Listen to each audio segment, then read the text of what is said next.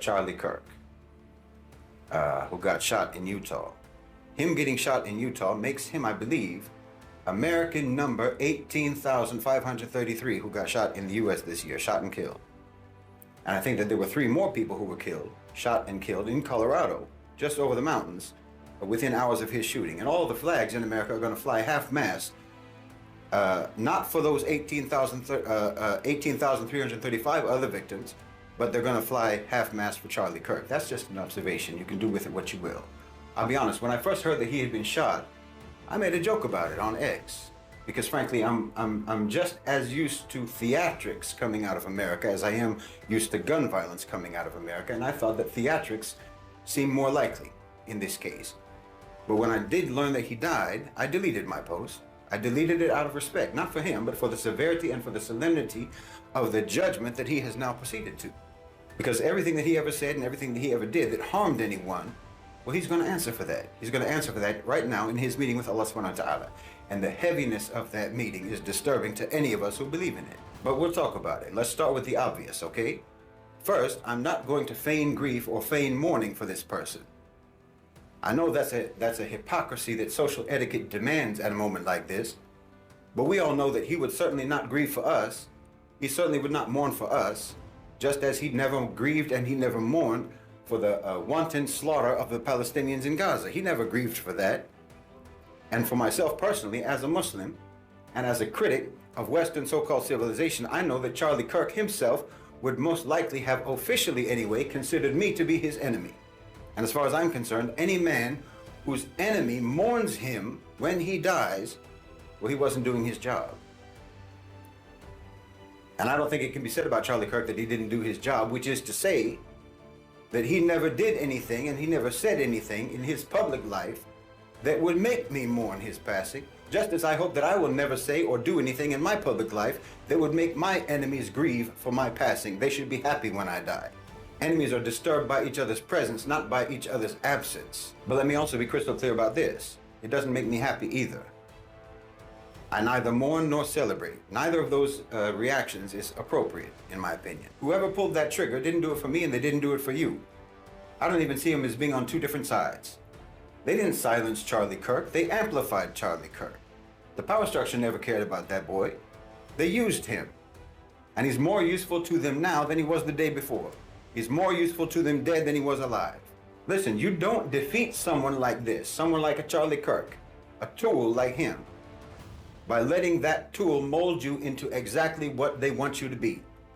That killer didn't deliver justice. If you think they did, he didn't. He delivered to the power structure an even more enhanced weapon. He made a mediocre, but dangerous and polarizing figure, Charlie Kirk, into now an impeachable icon for the very fan base that he most likely despises. And he made criticism of Charlie Kirk's ideas. Now it's disrespect for the dead. This is not resistance. This is a gift. This is a gift to the very security state that he probably thought he was attacking. Now it's stupidity. Or maybe, as the conspiracy theories are already speculating, what actually happened was just a purge of an expendable asset to create a more powerful symbol. Well, they'll use his death. Oh, how they will use it. They will use his death to paint every dissenting voice, every cry for a more just world. They'll paint it with the same bloody brush. They're going to use his death to avoid once again ever having to look in the mirror. They're going to hold Charlie Kirk's body up as a shield against any examination of the society that created him. And the society that created his killer. The society that they made and that they rule, and you didn't do anything now but strengthen their hold on that society. They're going to use his corpse as a pulpit to preach from. And you just validated all the lies that they're going to be preaching. You understand me? Because listen, the truth is, the Charlie Kirks of the world are not the enemy. The enemy is the society, it's the system, it's the power structure, it's the so-called civilization that creates boys like Charlie Kirk. I call him a boy because that's what he is to me. I'm 54 years old. That's what he is to me, or that's what he was. And also because he presented a childish, simplistic cartoon portrait of America that only a young boy could ever believe in. He presented an America without complexity, without guilt, without the burden of their terrible history. Well, that's a seductive product. And America has always been an eager market for that sort of a product. He existed because of supply and demand. Welcome back to the channel, everyone. Let me mention something before we even get too far. When it was revealed that Charlie One voice broke through the cacophony when Kirk was shot in Utah, I stopped scrolling when Sheikh Bolson, a Muslim thinker who doesn't hold back, stated something. He stated, Kirk's death isn't justice, it's strategy. He's right. So it really got to me. America's flags aren't flying at half-mast for the 18,500 individuals who were shot dead this year. You see, they didn't care about the children who never returned home from school or the black men who were killed on the pavements. No, Charlie Kirk has them lowered. Bolson also cautioned us not to be duped, to rejoice, or to grieve, as the system will use his body as a shield to stifle criticism and promote further surveillance, hatred, and division. Thus, we're dissecting Bolson's meaning in this video, as well as how Charlie Kirk's passing is already being used as a weapon, and what it actually reveals about America's illness. Lean in, family. Let's establish the scene because this is more complicated than it first appears. Charlie Kirk did not pass away in a silent mishap. He was shot in broad daylight in Utah, adding to the nation's never-ending death toll. His name was in the news at the time. Over 18,000 had already been added to the total. This year, 500 people were shot and killed. The same weekend, 3 more people passed away in Colorado. But in some way, Charlie's passing was the event that brought the flags down to half-staff among all those people. We live in America like that. Every day, ordinary people, black people, brown people, and the impoverished can all be wiped out. However, there was no nationwide mourning or grief from coast to coast. However, when a divisive political person is overthrown, the entire nation pretends to weep. Come back to me, family. Look at that sharpness. He didn't mince words. And as you watch the media cycle from Fox to CNN to Twitter, you can already see it unfolding precisely as he predicted. The man who disparaged black suffering, disregarded prejudice, and split people throughout his career is now being portrayed as a martyr. His supporters received their emblem. Additionally, the state has a fresh justification for increasing police presence, surveillance, and the designation of black dissidents as extremists. You demand and the power structure supplies. The killer and the killed are the products of the same sick society. Kirk and his killer, and the other 18,535 victims and their killers. And wallahi, if you don't clock this reality, if you don't understand this reality, and if you let yourself get swept up in all the narratives and all the counter narratives, then you might just end up being like one of them, on one side or the other side of that gun, because the machine is already spinning. The machine, that same machine that Charlie Kirk served so faithfully. They're spinning the narrative now. They're going to label him as a martyr for free speech, a victim of left-wing extremism. And they're going to use his death, they're going to use it to demand more surveillance, more censorship, more policing, more militarization of the police against their opponents, more police powers. They're going to use his blood to sanitize his ideology and to legitimize every poisonous thing that he ever said. And some of you are out here cheering about what happened. Well, you're fools. Why, when you celebrate, all you do is elevate and strengthen their narrative. Charlie Kirk was not an outlier. He was a product. He was the logical output of a system that's designed to generate exactly what he was. Like I said, he didn't create the demand. The demand was already there. He just exploited it. He sold a fantasy, like I say, a fantasy where all of the problems of modern America, economic decay, economic despair, cultural displacement, and cultural unrest, political powerlessness, these are all not the inevitable results of late-stage capitalism in a dying empire, no. It's all the fault of immigrants. It's all the fault of minorities, of wokeism, some internal enemy that's not in power. Well, now he's been killed, and his death is going to be used to service that same system. The security state benefits, the politicians that he supported benefit, the media benefits because they get endless hours now of content, of debate, of fear-mongering, of polarization mining. You understand me? The entire apparatus of control gets a massive boost. His killing was not an attack on the system. It was a gift to the system.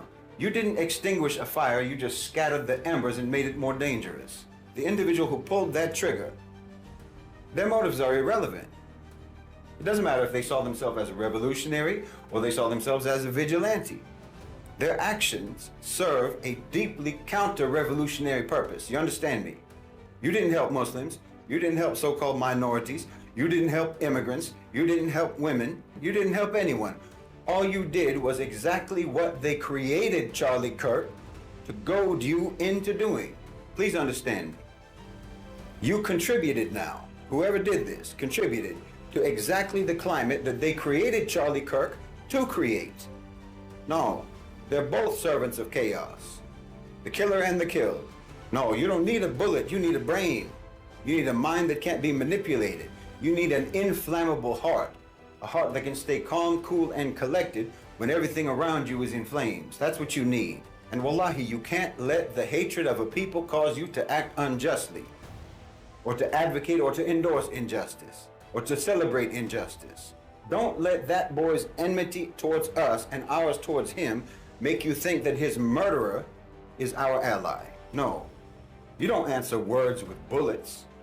You know, back in the day, back in the time of the Sahaba, when the Muslims would fight against the kuffar, well, the kuffar, they would bring their drummers and they would bring their singing girls to egg them on. Nobody ever killed them. Well, that's what Charlie Kirk was. You don't win a war by targeting the singing girls and the drummers of your enemy. That's no strategy. I've said many, many times, you have to erect your partitions around your discourse, around your people, around what you let into your mind, or you're going to lose your focus and you're going to lose your purpose and you're going to get confused and you're going to make bad decisions. You're going to make wrong decisions, unjust decisions, immoral decisions, because you let yourself get provoked. No. For me personally, I didn't care about Charlie Kirk yesterday, the day before, and I don't care about him now. I don't mourn and I don't celebrate. That's strategic indifference. And I don't respect anyone who tries to tell me that I'm supposed to grieve. And I don't respect anyone who tells me that I'm supposed to be happy. What is he to me or me to him? He certainly isn't more important to me than the most likely hundreds of thousands of my brothers and sisters that you cut down in Gaza. You didn't mourn any of them, and I didn't tell you to, because I already know how you are. I already know that your performance of mourning over Charlie Kirk has nothing whatsoever to do with respect for human life. He was just a vessel for an ideology that you hold sacred. And it's an ideology that dehumanizes people. It's an ideology that disregards the sanctity of life. And we've seen that on full display for the last 2 years. So no, obviously not. I'm not the least bit interested in accommodating your weaponization of selective compassion and selective sympathy. Now, if you want to paint my indifference, if you want to spin my indifference as if it is approval of the crime that was committed, well, okay, I already know that you never do anything but lie anyway. And I know that you are from exactly the same manipulated, mutated, mutilated, and maladjusted population that created the demand that the power structure met by giving you Charlie Kirk, and that gave you his killer. Meaning you're just part of that mob in America. That same collective monster that's responsible for the American genocide of the indigenous people. That's responsible for genocides in Guatemala, genocides in Bangladesh, in Iraq, in Cambodia, in East Timor, in West Papua, and in Gaza. And you're the same collective monster that's responsible for every atrocity, every heinous crime that your country has ever committed. As far as I'm concerned, you poisoned Charlie Kirk's mind before he could even have a chance at a decent life, a moral life. And you poisoned the mind of the one who took the life that Charlie Kirk had. So spare me your counterfeit moralizing. No, you turned your country into a psychological and a spiritual torture chamber. And then your country turned the global South into a physical and an economic torture chamber. And now that system, that same system that you're serving, is turning inwards on you now. I told you that political violence, division, and terrorism, and civil unrest, and turmoil, I told you all this was going to be coming home. Why? Because that's your business model. That's your business model. And you're the only market left to vanquish. And the more you give yourself up to all these twisted, polarizing, hateful narratives, well, all you're doing is playing along with your... Comprehend this. That act did not silence Kirk. His message was only amplified. Family, this is the center of it. When discussing Charlie Kirk's passing, most people jump to one of two conclusions, either celebrating as though justice had been done, or lamenting as though a great man had passed away. However, the system benefits from both of those responses. Shape Bolson dropped something there. I want everyone to maintain what he refers to as strategic indifference. Now give it some thought. Why should we rejoice? Has Kirk ever used his position to improve the lives of Muslims, immigrants, or black people? No. But why should we be sad? Did his passing result in any advancement, justice, or peace for us? No. Once more, both celebration and sadness are part of the same machine, which uses our feelings to fuel its operations. That's what you heard back from me. Here's why that affects Black America differently. Because this nation has consistently attempted to ensnare us in sentimental responses. They market their politics by exploiting our sorrow. They defend their policing by using our frustration. They assert our approval by using our silence. However, their script is taken away from them by strategic disinterest. As you can see, Kirk's passing is already being used as a weapon. His name is being inscribed on a martyrdom tale. To defend the very ideas he promoted, his memory was reshaped. Any criticism of him, they will claim, is disrespectful. His death will be presented as evidence of misplaced anger or extremism. And we are aiding them in selling it if we become engrossed in that game, shouting too loudly, applauding too forcefully, or even grieving too deeply. The wiser play, the survival play, is to maintain concentration. Don't let their martyr divert your attention from the greater picture. Black people are being harmed daily by the same system that elevated Charlie Kirk. When Bolson stated that this wasn't a victory, he meant that. It was a gift for the ruling class. Family, this is what we need to be really clear about. The illness wasn't Charlie Kirk. He was merely one of the signs. Racism was not created by him. The culture of violence that surrounded him was not created by him. The division that keeps America burning was not created by him. As a child of the same empire that raised him and then discarded him, he was a product of it, a salesperson for it.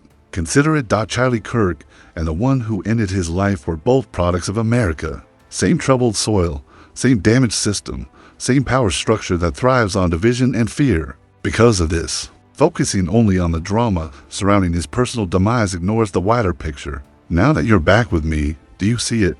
The individual of Charlie Kirk is unimportant to the ruling class. He was disposable. How useful his passing can be is what matters to them. They will use his name as a pulpit, a shield, and as evidence that free speech is being attacked. However, they will never examine the more profound decay, the corporate model of divide, the empire of violence, and the way America continues to intentionally produce both agitators and opponents. And this is nothing new to us Black Americans. This game has been seen for ages. They take people, transform them into symbols, and then use those symbols to control our world. In the case of Martin Luther King, they purified him after his passing, eliminated his radical criticism, and remarketed him to us as a harmless idealist. Kirk will experience the same thing, just from a different angle. Therefore, avoid getting pulled into the surface. Don't allow the system to cause you to lose sight of your true adversary. Charlie Kirk is not buried there. In the first place, Charlie Kirk was made possible by America. The system is relying on conflict for sustenance. That's the sickness, whether it's theirs, ours, or anyone else's. And we will continue to argue about symptoms until we confront it for what it is. Because it's happening in real time right now. This is the section I really want you all to focus on, the scapegoating. The immediate reaction in America is to blame us whenever something similar occurs. Black people are made an easy target.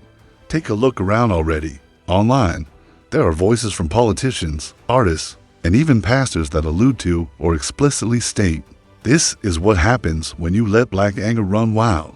This is the result of letting mobs take control.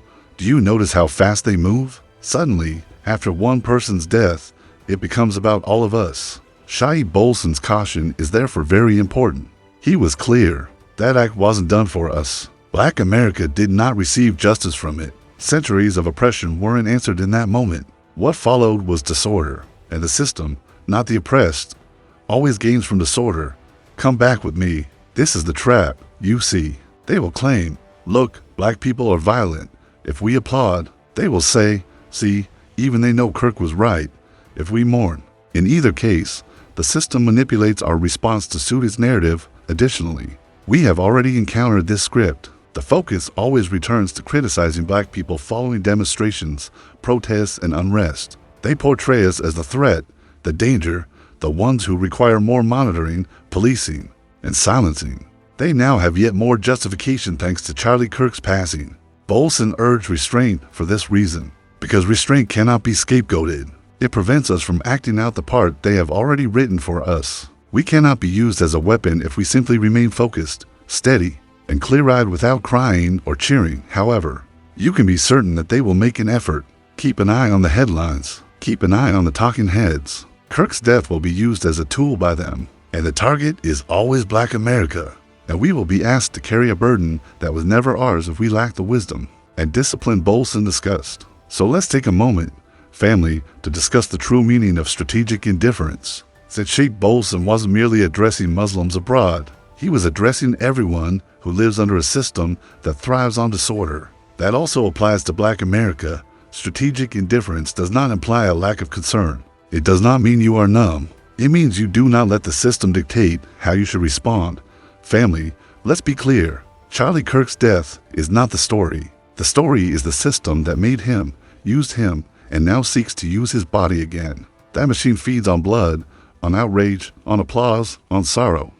And we will not feed it. Strategic indifference is our shield. It is our discipline. It is how we deny them the script they've written for us. Do not mourn as they expect. Do not celebrate as they expect. Do not move when they say move. Stay steady. Stay clear-eyed. Stay focused on the true adversary, the system itself, because only when we refuse to play their game, only when we break their script, do we begin to break their power. Do we begin to break their power?